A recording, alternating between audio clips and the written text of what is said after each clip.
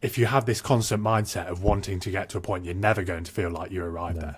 There's a Japanese fisherman in the 90s, and he's just on the side of in Japan somewhere.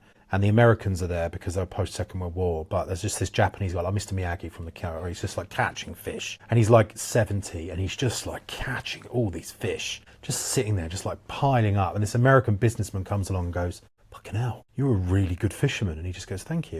And he says, no, like, you're amazing. Like, the American businessman's like looking at him going, yeah. He goes, no, do you know what we can do with that? Yeah, and like the Japanese guy goes, yeah, what? And he said, well, there's a market down there. Do you sell these fish? And the Japanese guy goes, no, I just catch them. He says, well, we could take them down to the market and we could sell the fish.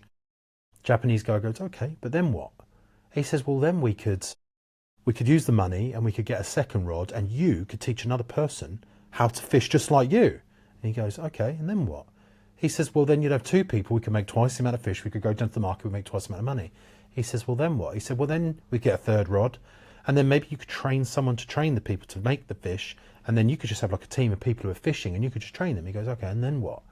He says, well, there's a gap down here on the jetty where we have to travel. We could actually start our own market because we'll have so many fish and we could like corner off the market and we could have 40, 50 people here.